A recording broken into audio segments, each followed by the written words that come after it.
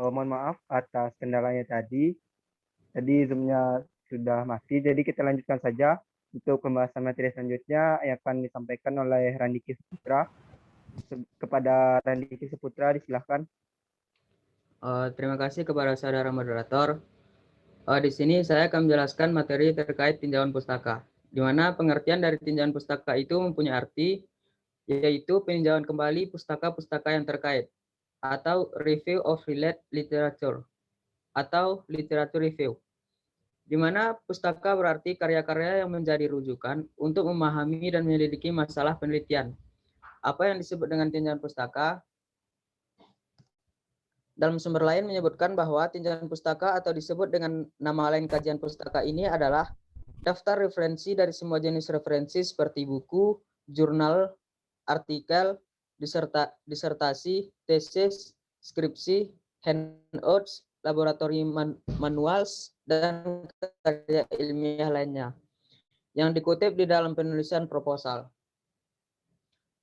Semua referensi yang tertulis dalam kajian pustaka harus dirujuk di dalam skripsi. Referensi ditulis urut menurut abjad huruf awal dari nama akhir atau keluarga penulis pertama dan tahun penerbitan atau yang terbaru ditulis terlebih dahulu. Dari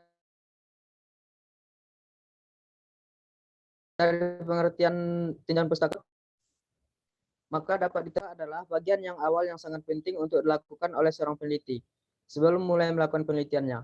Kajian atau tinjauan pustaka akan sangat menolong peneliti dalam menentukan hipotesis yang pernah dilakukan sebelumnya, sehingga secara tidak langsung tinjauan pustaka dapat menjadi sebuah acuan agar tidak ada plagiasi dalam sebuah proses penelitian. Next. Kemudian fungsi dari tinjauan pustaka ini menurut Custer dan Hessler pada tahun 1984, tinjauan pustaka berfungsi yang pertama untuk mempelajari sejarah permasalahan penelitian sehingga dapat ditunjukkan bahwa permasalahan tersebut belum pernah diteliti atau bila sudah pernah, teori yang ada belum mantap. Kemudian fungsi yang kedua yaitu untuk membantu pemilihan cara penelitian dengan belajar dan pengalaman penelitian sebelumnya. Fungsi yang ketiga yaitu untuk memahami kerangka atau latar belakang teoritis dari permasalahan yang diteliti.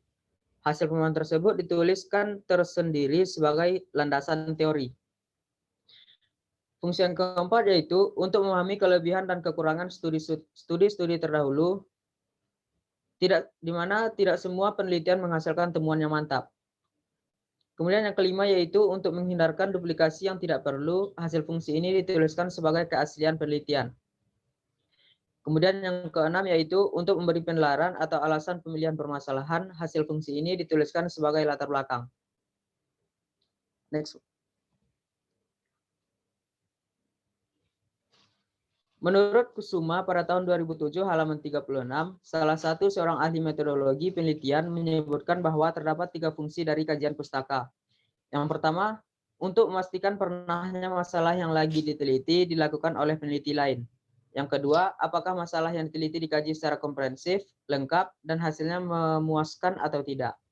Yang ketiga, mengungkapkan kekhasan atau perbedaan masalah yang akan diteliti. Berdasarkan uraian ini, penulis berpandangan bahwa kajian pustaka sangat bermanfaat untuk memetakan posisi penilaian yang sedang dilakukan. Mungkin hanya itu yang dapat saya sampaikan. Saya kembalikan ke moderator. Baik, terima kasih atas penyampaian materi dari Randiki tadi sebagai materi 3, dan materi selanjutnya akan disampaikan oleh Fezi Rahmawati. Kepada Fezi, disilakan. Baik, di sini saya akan menjelaskan cara-cara serta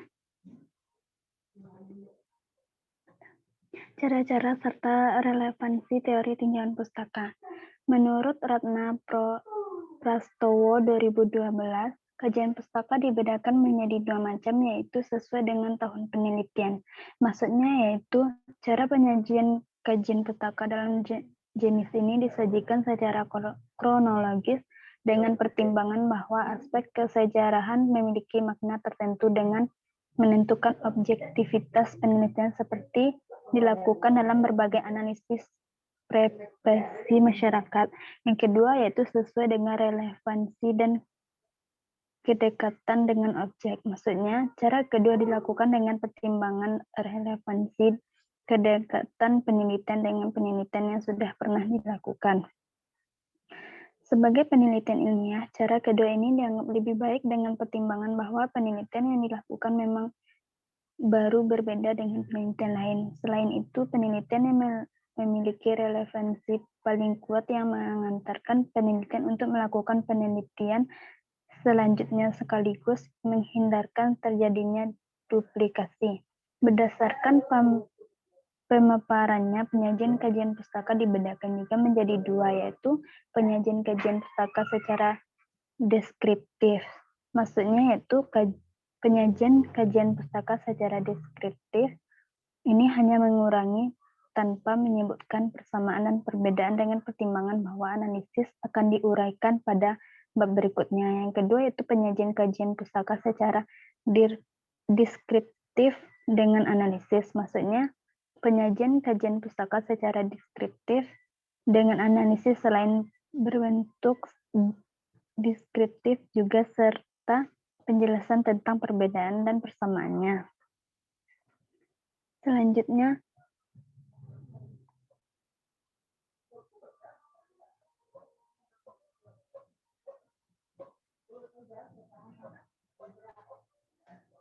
sintesis dari langkah-langkah melakukan kajian pustaka menurut Ali dan Crewell sebagai berikut. Yang pertama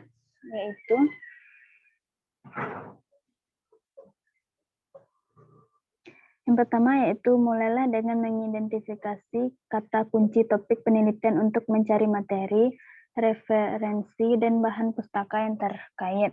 Yang kedua, membaca abstrak laporan-laporan hasil penelitian yang relevan.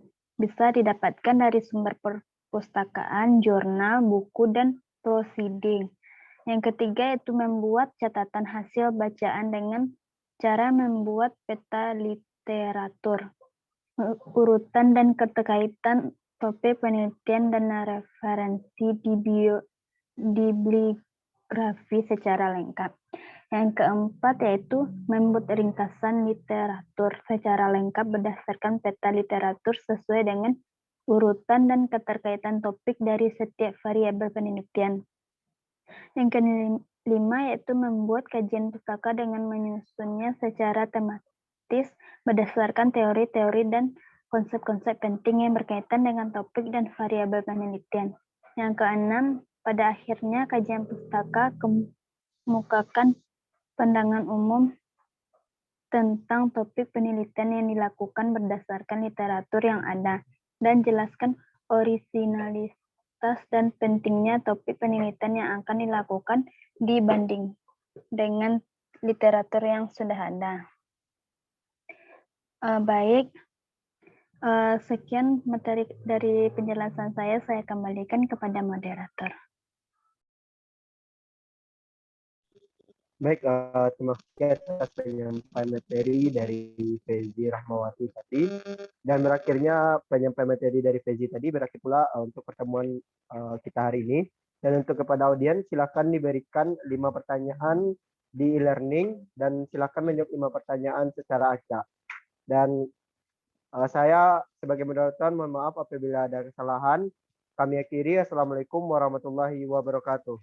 Waalaikumsalam warahmatullahi wabarakatuh. Waalaikumsalam warahmatullahi wabarakatuh.